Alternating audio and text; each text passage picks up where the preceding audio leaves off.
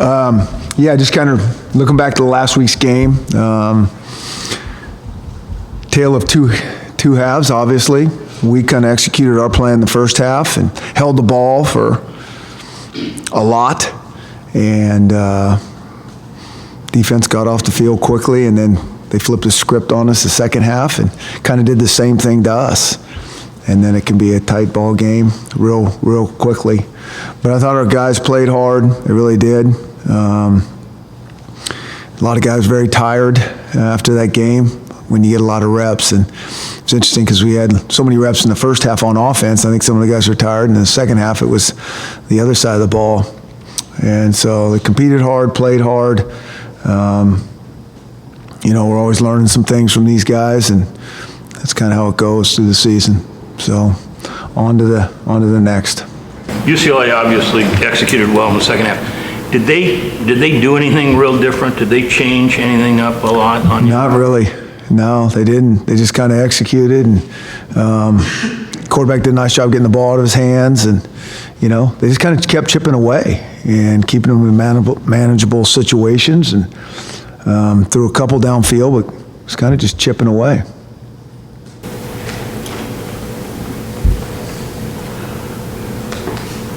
Coach, after looking at Oregon, this year's version of Oregon under a new coach, what is it that stands out to you about Oregon?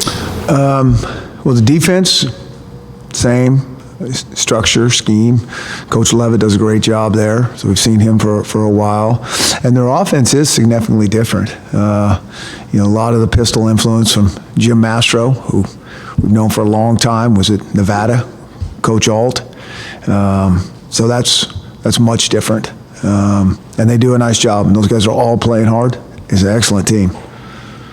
Chris, when going back to UCLA, you talked about the tale of two halves, but when you actually went and watched the tape, what really stood out as maybe the biggest takeaway of that second half? Details.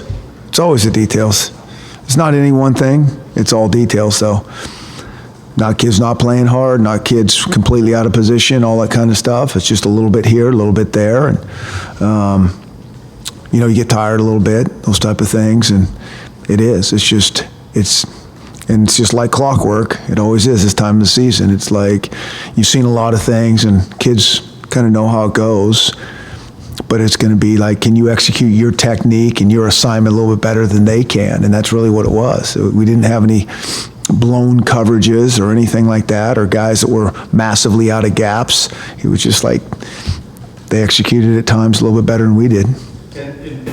When you look at going back-to-back weeks, and you talked about how you guys are a bit tired, things like that, is it harder to get the guys ready physically, mentally, or emotionally? Yeah, it's all that. I don't think like they're worn out or anything like that. I just think we were on the field for a long time in the second half on defense, and I think defense, you expended a tremendous amount of energy running sideline to sideline, and if you're going to see 12 and 15 play drives, that gets guys tired. And so, more of that. But the back weeks, when you have to now go back on the road again, what's the biggest thing that you guys have to kind of prepare the team for? Well, I mean, in some ways, it's kind of business as usual. We're just on the road, and it's kind of the same thing. And it's not a huge deal in terms of during the week. The week's the same, and then on Friday, they'll miss a little bit of class. That's probably the biggest deal, and we get down there and play and get right back. It's a short plane ride this week and an early game, and so that should be helpful. You mentioned you guys just being tired, and BBK mentioned how exhausted he was after that game. Yeah. How much of all that just kind of had to do with some of the missed tackles you think in the second half? Maybe the footing, maybe in some ways on that surface? Well, I think the missed tackles can keep you on the field longer. I mean, if you don't want to be on the field longer, tackle better. You make some of those tackles, they don't move the sticks and all those things, and kind of all goes hand in hand, though, right? I mean, a guy a little bit tired and doesn't execute his technique just right, and there they go. And so, yeah. A lot more wildcat looks, direct snap to Gaskin, and in that formation I think you had Miles and Savan and Kamari all on the field at the same time. What did you see out of that? Yeah, that's usually been some productive stuff for us over the years, and just depending on the situation we get in and game plan and all that but those are all good players, and we'd like to get good players on the field together. You went, It's not common for coaches to limit or even deny access, to certain players for a rivalry game or rivalry week. What have been some of your experiences or you've noticed in terms of locker room or material or something like that affecting a game, or someone saying something on either end of it? I mean, I think it's different these days. It feels so much different these days than it does way back when. In the good old days, all coaches clamor for before social media and 1,000 reporters in our kids' ears all the time. No one's laughing at that at all, Softy. You're not even paying attention to what I'm saying. Yeah. You'd get something. I mean, that's really the only form, and, somebody would say something, but it just seems like times have changed, and the world they live in is the media era anyways, and so it doesn't seem as big. I think the big thing with the media that I worry about with our guys is class. I mean, we get done at like 10:45-ish, and half our team has class at 11:30, and they're trying to get something to eat and all those type of things, and it's just very, very tight. I mean, that's really kind of the big thing for us. And then certain guys just getting worn out on the media, the quarterbacks and, the guys that carry the ball. And I just think it's like, to give those guys a break and kind of help their mindset. Have you ever seen anything where a guy just, like, why did you say that? You can kind of see it, like, rile the other team up or...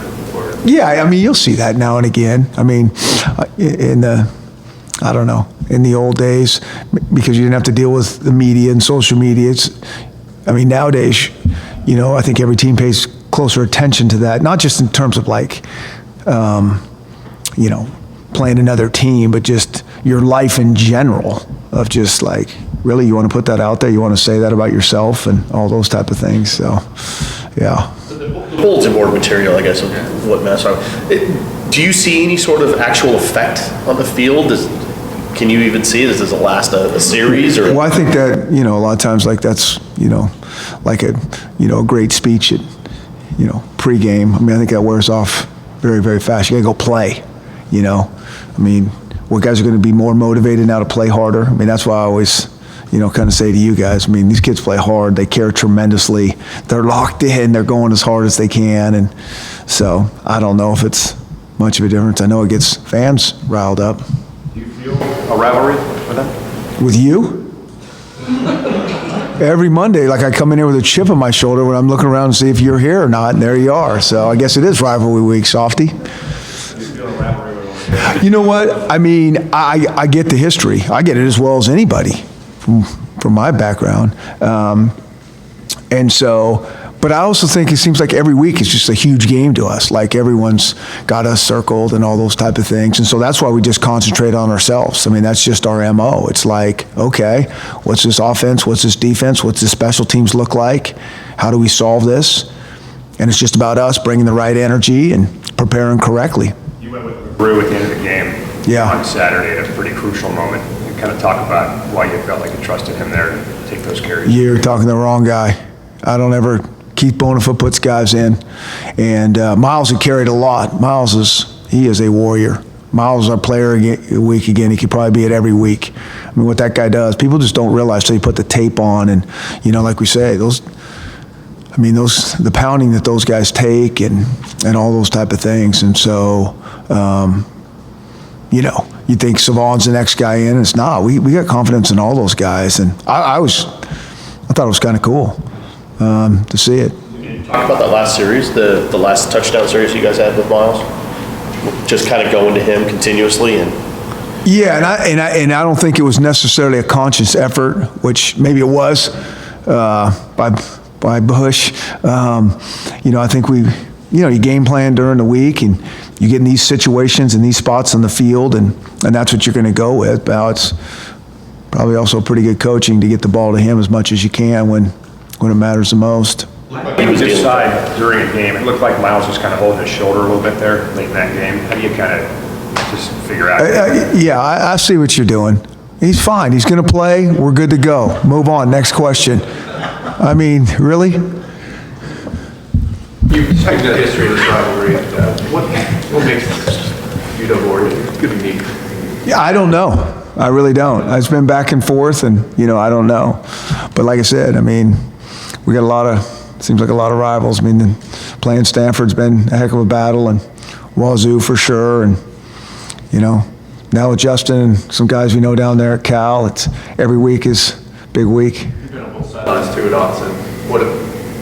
Where does that place rank as an opponent? Yeah, it's a great. I mean, it's an awesome college football venue for sure. I mean, and like I said, I think the kids, they like playing in environments like that. Whether it's going back to Atlanta and a packed place like that, or going down to Autzen, and I think it's a lot better than a half full stadium. I really do. At the end of you can hear better and all those things in those stadiums. But I don't think anyone, I think if you had your druthers, you'd rather go into what it's all about. Is a fast start maybe more paramount going into an environment like that, knowing the crowd can play such part? I think fast start's always important. And I just stopped talking about it because every time I talk about it, it doesn't happen. So I think the guys know that. We try to come out with our best foot forward, and sometimes it happens. And How much did you recruit Justin Herbert a few years ago? Yeah. We were talking, he was up here and talked to him, and he said, he got hurt, he was hurt. I'm tricky to that. Very tricky, because when we saw him up here, he was still recovering. But he's a heck of a player. There is no doubt about that. Chris, you talk about taking kind of the best shots of teams and stuff like that. Have you noticed, has that kind of hardened the resolve of this team, or done something that's allowed them to maybe have an edge in some moments where they've had to execute and do the details like you talked about?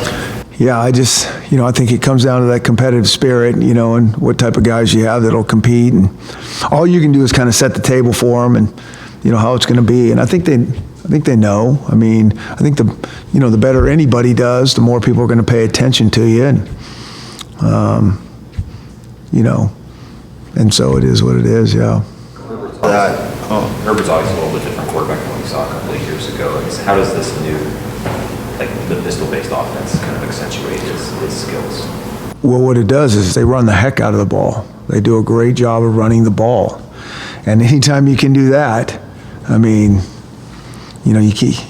you're now a two-headed monster. You can't just pay attention to a throwing team, and that's not just what they are.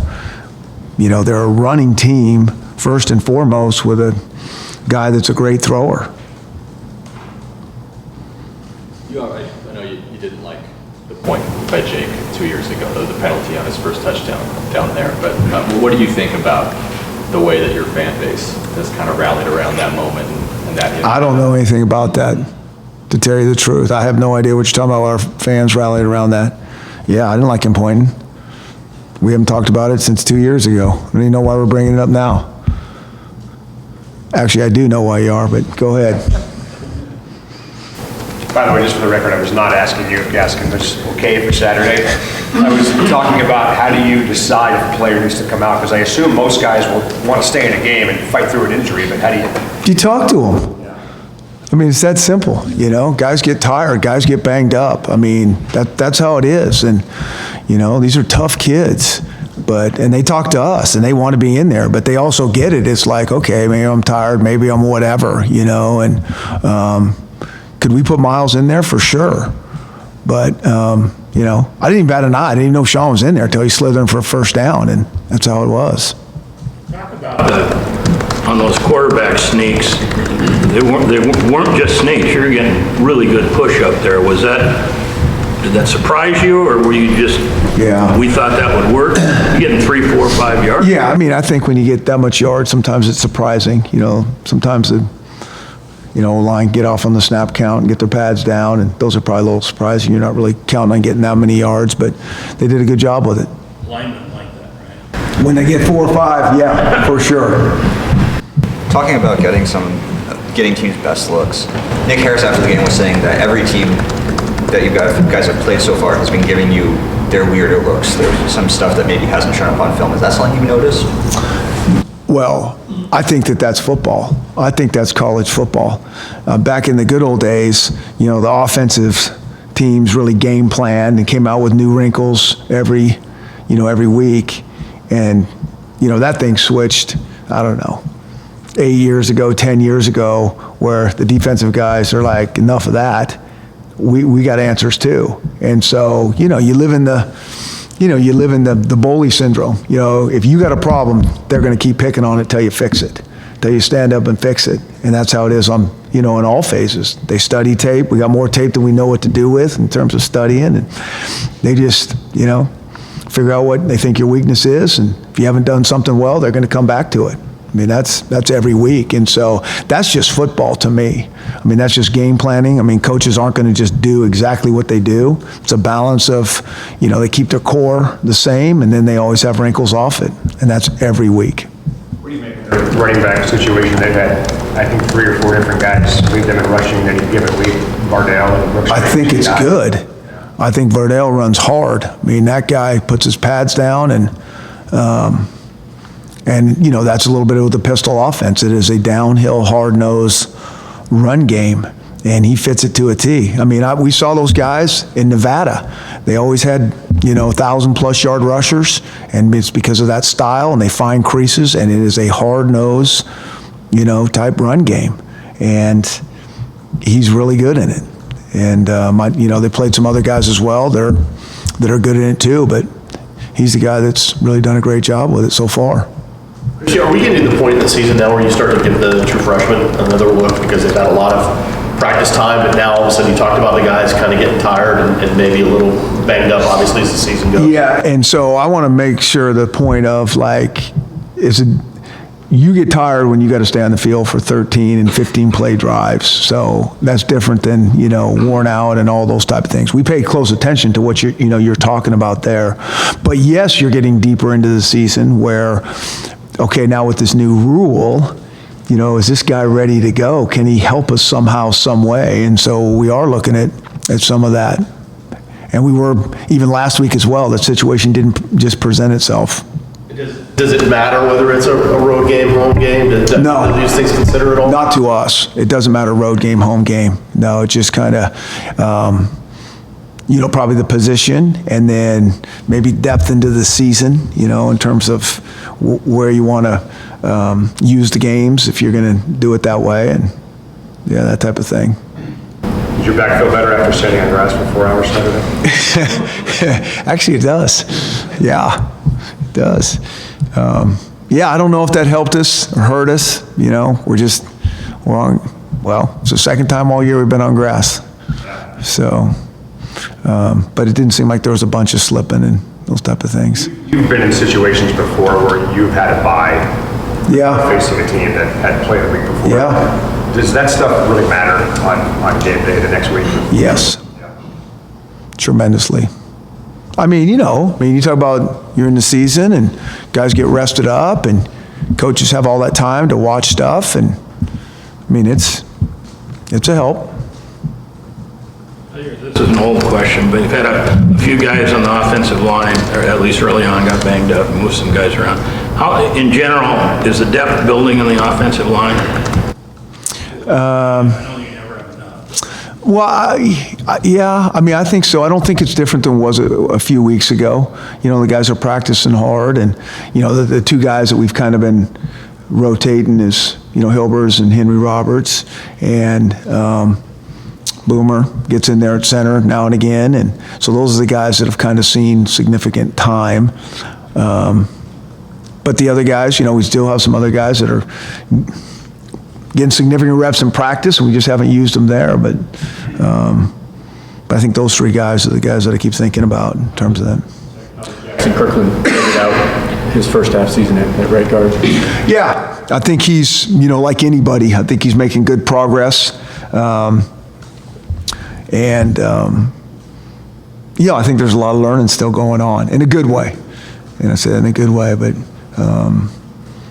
I think those freshmen and redshirt freshmen, it's always, there's a big learning curve, and he's run remarkable well at a really mental position, let alone physical. Everybody knows that, but I think some people might not know really how mental it is. What do you do to get a better pass rush? Or were you just kind of in a situation Saturday where you had 3 down linemen for the majority? Yeah, well, that doesn't mean you're rushing 3 when you have 3 guys. I think they did a nice job of, getting the ball out of his hands, a lot of short pass game and underneath stuff, and they did a nice job, getting the ball out of his hands when he needed to. But, it's always something we're paying close attention to. What is your evaluation of the pass rush now? Here, 6 games into the season. Yeah. I think we always want more. We always want more pressure, and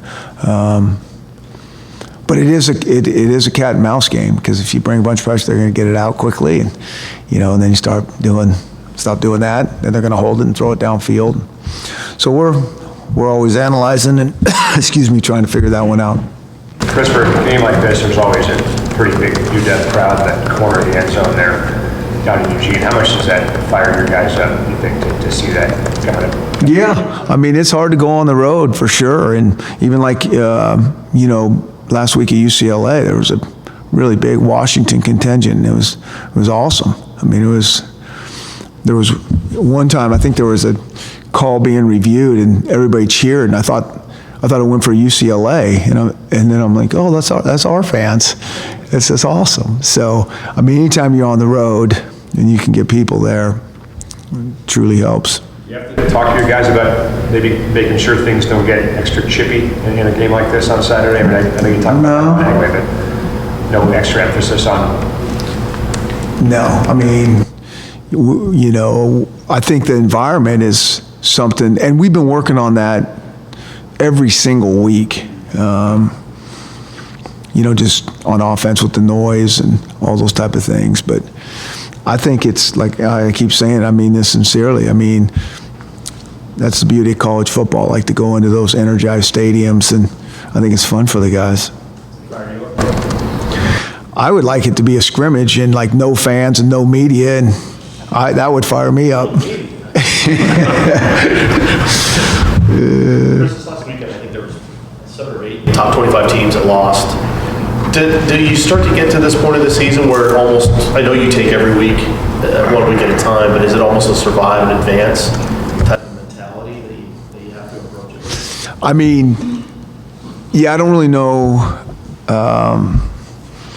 It just is 1 week at a time. But this is where I go back to like all these rankings, all these polls. I mean, I think back to day one when it comes to, and it just, I mean, it's ridiculous. Because it just, this is what happens. Like you get into the season and how did that happen? How did they, that's football, and that's certainly college football. And you got to let this thing play out. And you guys know that. I mean, but that's kind of the beauty of football too, is all the hype and speculation and all those things. And it never turns out like you think it's going to, especially in college football. But that's why as coaches, we kind of sit there and go, really? Really, you're going to make that big a deal that we're ranked this when we haven't even played a game, and you know how it's going to go and how much your team changes, some for the good, some for not as good. And you see all these different, and everyone's like, how did that, and we're just shrugging our shoulders going, yeah, makes sense to us. I mean, that's how it happens. Are you voting in the top 25 this year? Yeah. So how does that work? Do you just, are you actually sitting down and ranking these teams yourself? I get your poll to start out with because I know it means absolutely nothing, so I just copy what you put down. And well, then why are you putting all that stuff out there? I thought you were studying things for once. Well, so like I said, it's complete speculation, and away you go. But so now you get into the meat of the schedule, and now things have shaken out a little bit. And I think even the next couple weeks, now you start to get a pulse on, okay, who's doing what and who's healthy and who's got momentum and who doesn't. And so, yeah. So I guess off that, how much time do you spend thinking about Very your little. poll? Very little. How long does it take you to fill that? 5 minutes. I mean, you see where it is, who lost, not, and move them. Oh, yeah. Yeah.